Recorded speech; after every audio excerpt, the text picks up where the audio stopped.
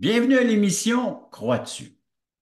Aujourd'hui, nous allons entendre le témoignage d'une vie qui a été abusée, qui a conduit à l'isolement, à la culpabilité, à la rébellion, au divorce, perte d'emploi, même jusqu'aux idées de suicide, l'incompréhension, la haine, et en plus, bien, la personne a été portée vers la boisson et les drogues pour aboutir même au suicide.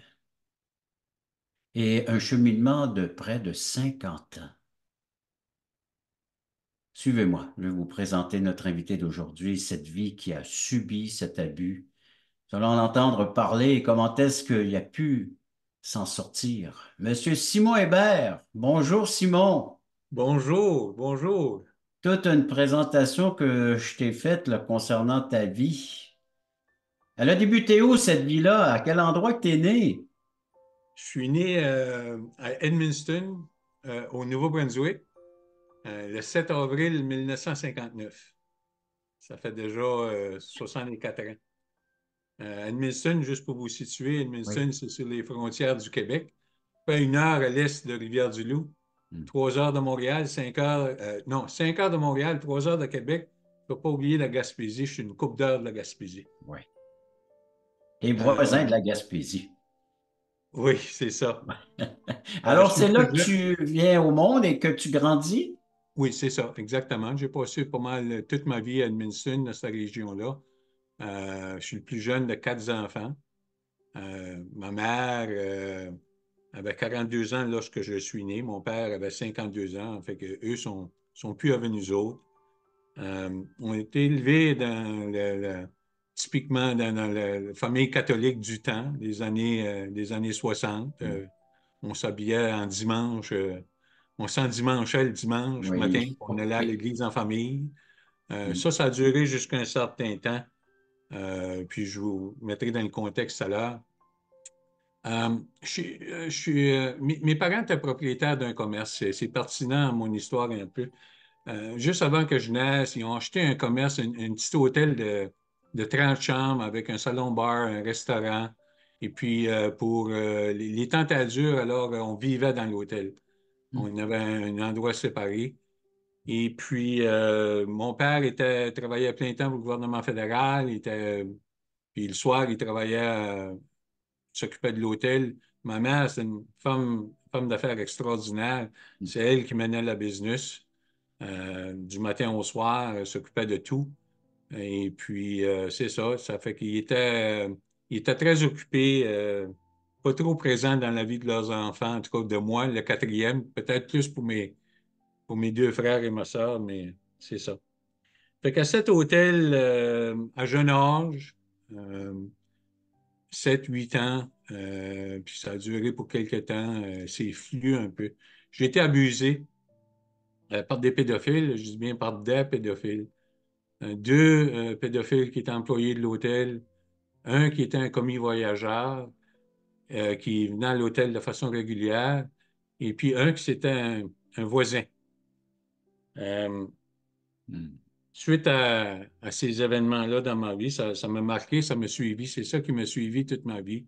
Ça a infligé des blessures que vous avez mentionnées dans mon introduction, la confusion, l'abandon, la honte, la culpabilité, l'incompréhension, l'insomnie, la boisson, la drogue, la rebelle, la haine, euh, la dépression, Hmm. les idées suicidaires, finalement pour un plan suicidaire.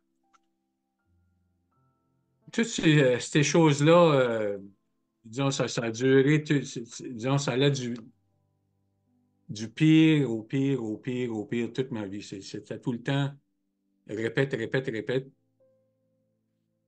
Puis, lorsque le pédophile se fait prendre sur les faits, euh, il y a eu une interrogation policière et après ça, ça a été fini. C'était comme si ça n'avait pas arrivé. Il n'y a personne qui m'en a parlé.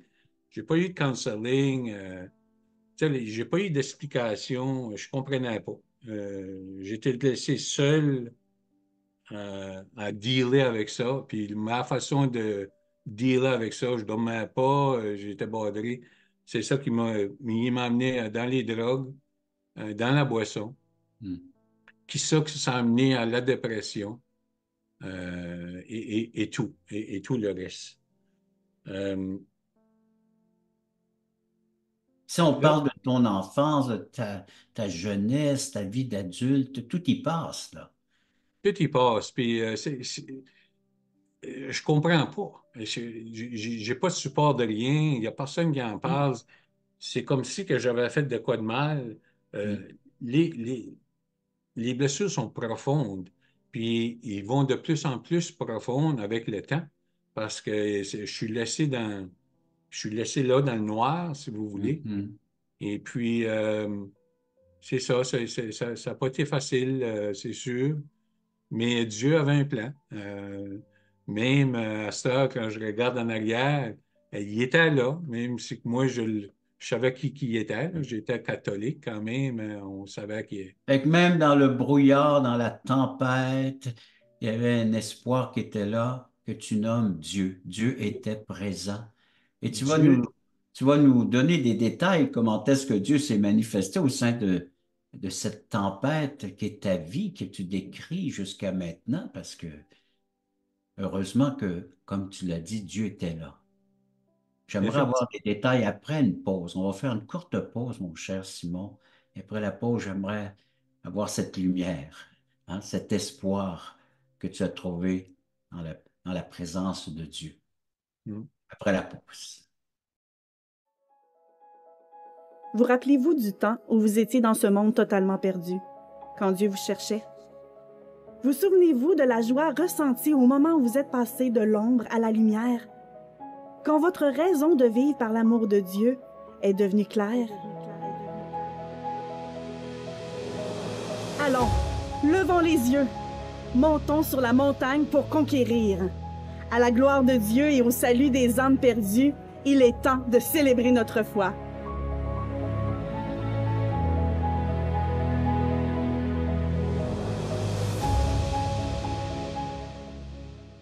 Simon, il y a eu de l'abus de la part donc de certaines personnes à ton égard en tant qu'enfant, lorsque tu étais un enfant. Et ça a bouleversé ton existence, ta vie, ça l'a brisé complètement. Mais tu as précisé à la fin de cette première partie de l'émission qu'il y avait de l'espoir. Effectivement, on va aller de l'avant, on va sauter plusieurs choses qui sont manifestées. On se rend en 2010. Et puis, oui, en 2010, c'est le point culminant de, là, la drogue est omniprésente, la dépression majeure, un diagnostic dépression majeure, je ne peux plus travailler. Ça, ça, ça a causé- Ouais. une des conséquences de ça, c'est que ma femme, on s'est laissé. Le Hmm. divorce s'ensuit, la perte d'emploi.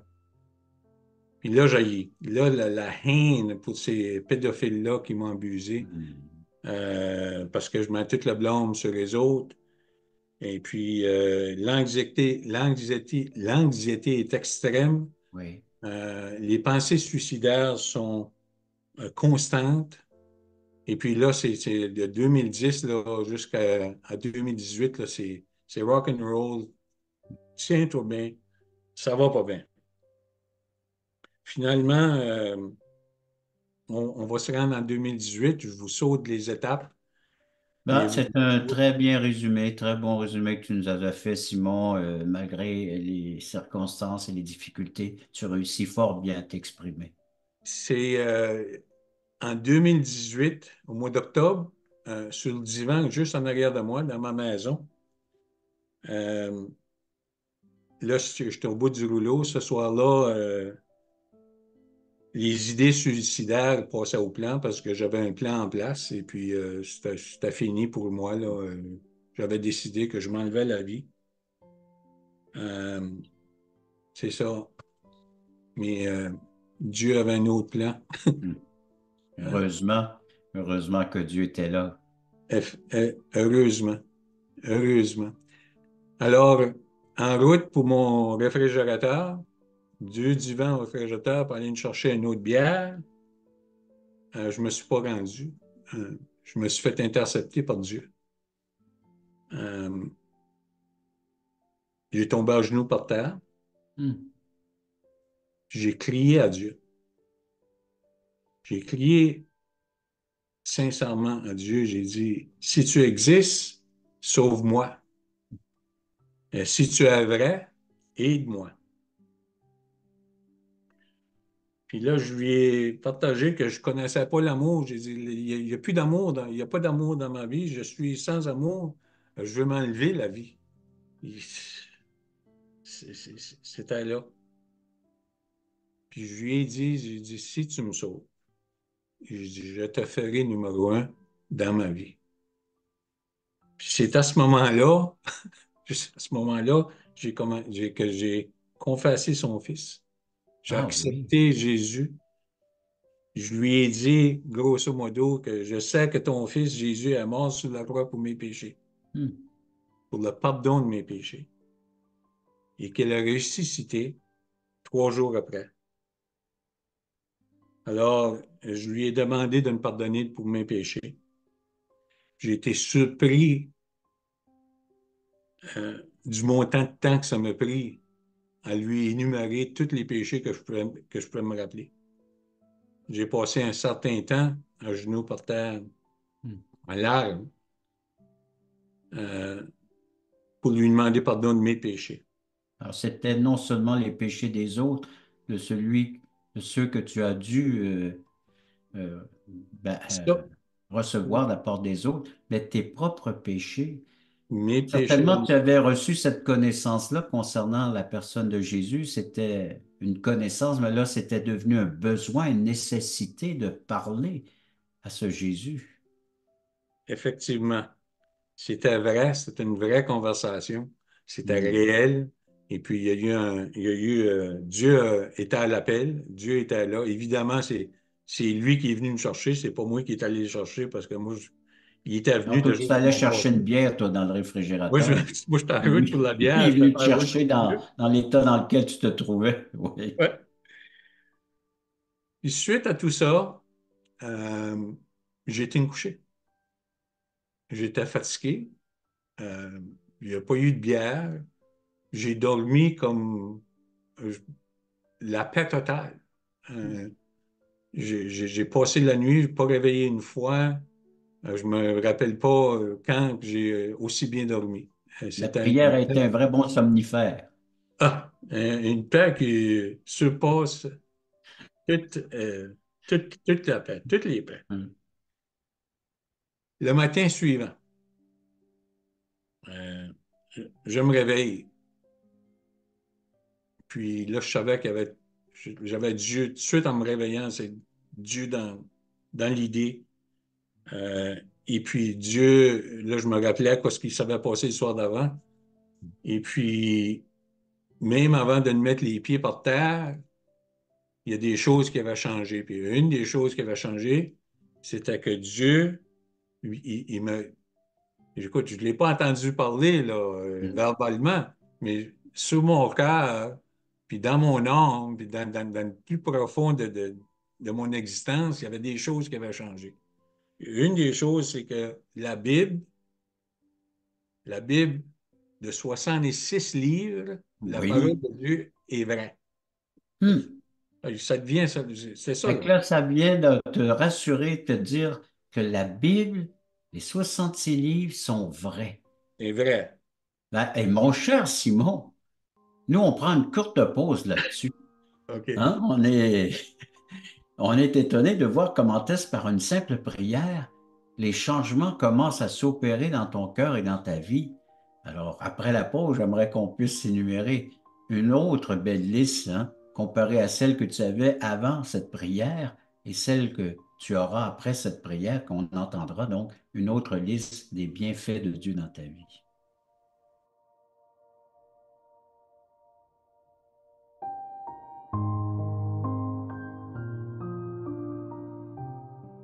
Le voici, ce merveilleux cadeau.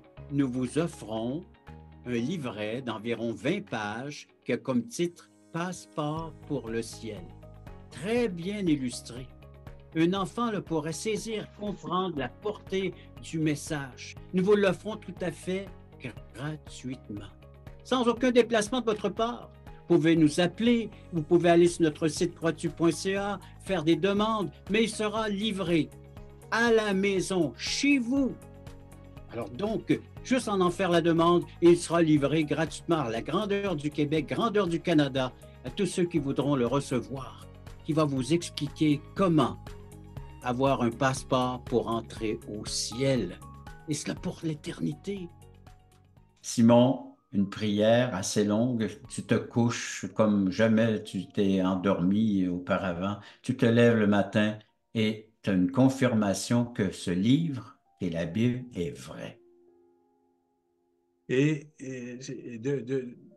la Bible de 66 livres est Il faut vraie. préciser, oui. De Genèse à Révélation.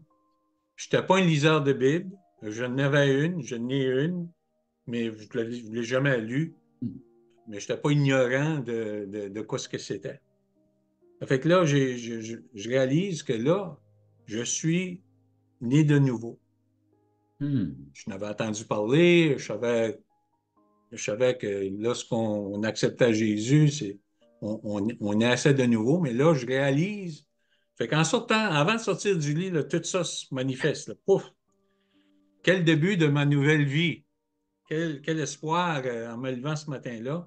Je prépare mon café, la routine du matin, quoi, habituelle. Là, je m'assis sur mon divan, prends une gorgée de café, puis là, hop, t'as fini la boisson. La boisson, c'est fini. C'est pas, j'entends rien, là, c'est juste comme, OK, je m'en vais au frigidaire, j'avais 24 canettes de bière. Je sais, j'en avais 24, je venais juste des mettre dedans. Le soir d'avant, la journée d'avant. J'ouvre toutes les canettes s'en vont toutes dans mon évier. Les bouteilles de vin, parce que là, moi, boire 10, 12, 15 bières, là, moi, ça C'est pas m'étourdissait suffisant, pas. là, ça, là. Ça me prenait une bouteille de vin, puis là, je m'assommais avec ça, puis si ça s'était passé, bien là, je fumais une coupe de joint, puis là, je m'assommais, mais là, toute la boisson. Poup, poup, poup, ça s'en va tout. Je reviens sur mon divan, je prends mon café, j'ai pas le temps de prendre une gorgée. Wow, t'as pas fini? La drogue. Ah oui, la drogue et tout. OK, va chercher l'once de pote que je venais de m'acheter. Les pilules, je remplis mon évier, rends ça, allume mon cochon. OK, toute la drogue y part. Et que ça passe dans les égouts, tout passe dans les égouts. Écoutez, c'est super naturel. J'avais déjà essayé d'arrêter de boire puis de consommer, puis les effets secondaires, les shakes, il n'y avait rien à faire. Mais là, avec Dieu, gloire à Dieu, ça fait 5 ans et plus, pas d'effets secondaires, pas de ratournésie. C'est fini, c'est ma vieille vie. Là, j'ai compris que je commençais une nouvelle vie. Là, dans les jours qui suivent, Dieu me dit que j'ai besoin d'une église. J'ai besoin de me trouver une église. Alors là, je commence à chercher, je visite des églises. Mais Dieu avait des plans pour moi. Dieu me conduit à une église au Texas, aux États-Unis. Oui, ça pas apporte. Avec 2 témoins de Jéhovah qui m'ont venu une visite. En tout cas, c'est une grande histoire. Je ne rentre pas là-dedans parce qu'on n'a pas le temps. Mais en tout cas, ça fait que ça, c'était ma première église au Texas. COVID a frappé, et puis tous les services de l'Église sont allés en ligne. Ça fait que là, j'ai joint les petits groupes, j'ai joint l'équipe de prière. J'ai été accueilli là comme accepté en amour en décollant, extraordinaire, des frères et des sœurs, extraordinaire dans le Christ. Puis, je les ai visités à quelques reprises. La dernière fois que je suis allé les visiter, mon mentor, Jay, lui, il dit, ça te prend une église locale, ça te prend une église locale. Puis je comprenais ça, oui, ça me prend une église locale. Alors, cette fois-là, quand que je suis allé, on a prié pour une église locale. Et puis Dieu me conduit à une église locale, ici à Dieppe. Lorsque j'ai revenu du Texas, de ce voyage-là, j'ai cherché sur l'Internet, puis là, j'ai vu qu'il y avait une église qui avait une partie qui était en français. Alors, j'ai visité cette église-là. À cette église-là, ce matin-là, il y avait une femme, elle s'appelle Raymonde. Puis elle, sa première fois qu'elle y allait, puis elle n'est jamais retournée après, mais elle faisait partie de l'église du pasteur Nadeau, l'église La Bonne Nouvelle. Et puis, après la réunion de cette église-là que j'ai visitée, j'ai dit, ah, t'es-tu membre ici? Elle dit, non, non, elle dit, c'est pas mon église, j'ai venu ici un matin juste comme ça. Mais elle dit, j'ai jamais venu ici. Je dis, c'est où ton église? Puis là, elle m'invite à son église. Là, puis je suis allé ce soir même, le soir même, et puis je savais que c'était mon église. Alors, Dieu, gloire à Dieu dans ma vie qui me conduit à cette église-là. Alors, le grand ménage dans ta vie, et puis des choses se sont passées, toutes choses deviennent nouvelles, et là, à la recherche d'une église, tu trouves une église locale, là où tu demeures au Nouveau-Brunswick. Effectivement. Puis là, les années passent, les choses vont bien, mais j'ai appris plusieurs choses depuis ma naissance nouvelle Hmm. avec Jésus-Christ, que Dieu est souverain sur sa création. Hmm. Euh, le sacrifice de son Fils Jésus sur la croix est le paiement de la note de nos péchés à 100%, tous nos péchés passés, présents et futurs. Puis nous sommes assurés d'une vie éternelle un jour avec Dieu. Hmm. Dans Jean 10, versets 27 à 29, si vous me permettez, je vais lire. Ça dit, mes brebis écoutent ma voix et je les connais et elles me suivent. Je leur donne la vie éternelle. Jamais elles ne périront et personne ne pourra me les arracher de ma main. Mon Père qui me les a donnés est plus grand que tous, et personne ne peut arracher qui que ce soit de la main de mon Père. Quelle assurance que Dieu nous donne dans sa parole de cette vie éternelle avec lui un jour. Mais mon cher Simon, alors on garde ça en mémoire que le bon berger nous garde précieusement dans sa main, nous conduit dans les mains du Père, et le Père et le Fils nous gardent précieusement dans leurs mains, et que personne ne pourra les ravir. Rapport, j'aimerais qu'on revienne et qu'on termine ton témoignage ainsi que l'émission avec une invitation aux gens de comment vivre de cette assurance entre les mains du Père et du Fils du Seigneur Jésus après la pause. Le samedi 11h30, Crois-tu vous invite à regarder les témoignages vivants et percutants qui nous ramènent à l'essentiel. Nos invités vous dévoileront comment le Seigneur est entré dans leur vie.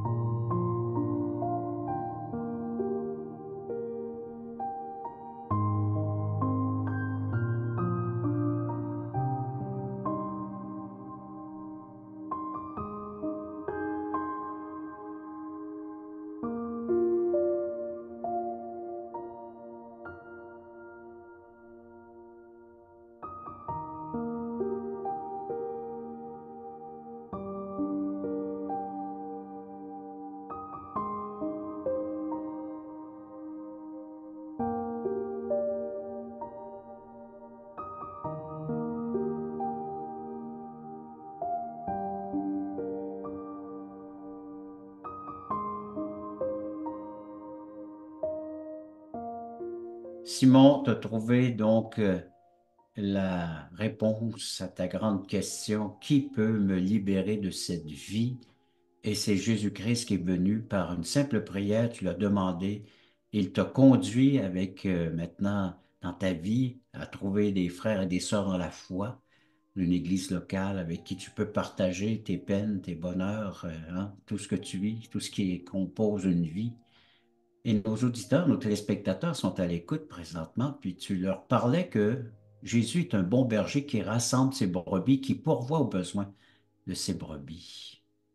Absolument, c'est la solution. La solution à toutes nos peines, à toutes, c'est Hmm. Jésus-Christ. Et puis, je dois vous partager aussi que l'anxiété Hmm. est partie, Hmm. la dépression est parti. Ça a pris un certain temps. Mais avec le temps, ça a parti. La culpabilité, ben, elle est nulle parce que Dieu nous dit qu'en son Fils, il n'y a pas de culpabilité. Il n'y a plus de condamnation. Hein. Les attaques de l'ennemi sont encore là. C'est sûr que ça se fait sentir, mais là, j'ai Jésus dans ma vie. Ouais. J'ai l'Esprit de Dieu en moi, puis je vois à lui immédiatement. Puis lui s'en occupe. C'est pas moi qui fais le combat, c'est lui qui s'en occupe. Moi, j'obéis, puis je vais à lui parce qu'il nous dit de venir à lui. Alors, j'y vais. Dans Jacques, verset 4-7, ça dit soumettez-vous donc à Dieu, mais résistez au diable et il fuira loin de vous. Et c'est mon expérience jusqu'à date que Dieu est fidèle à cette parole et de plus en plus. Et plus qu'on se rapproche de lui, plus fort que c'est, mieux que c'est, puis tout et tout. Une question de foi, d'avoir la foi dans ce Dieu qui peut faire fuir tout ce qui est du malin et qui veut détruire l'être humain. Alors, et c'est en lui qu'on retrouve la protection et la sécurité. Les gens qui veulent en savoir un peu plus, eh bien, n'ont qu'à nous écrire à croixtu.ca. Et puis, on parlait de Michel Nadeau. Ben, c'est lui qui fait des études bibliques sur le site à Croixtu les mardis à 19 h, Nouveau-Brunswick 20 h. Le samedi à 9 h 30, vous avez des témoignages de conversion comme celui que vous êtes en train d'entendre de Simon. La littérature gratuite, vous nous appelez, vous nous écrivez, le passeport pour le ciel, on l'offre tout à fait gratuitement. Donc, faites-nous part de ce que vous êtes en train de vivre, de ce qui se passe dans votre vie à l'écoute peut-être de cette émission. Simon, merci beaucoup d'avoir été présent à notre émission Crois-tu pour y donner ton témoignage. Et puis, merci à nos téléspectateurs d'avoir été à l'écoute de cette autre émission Crois-tu.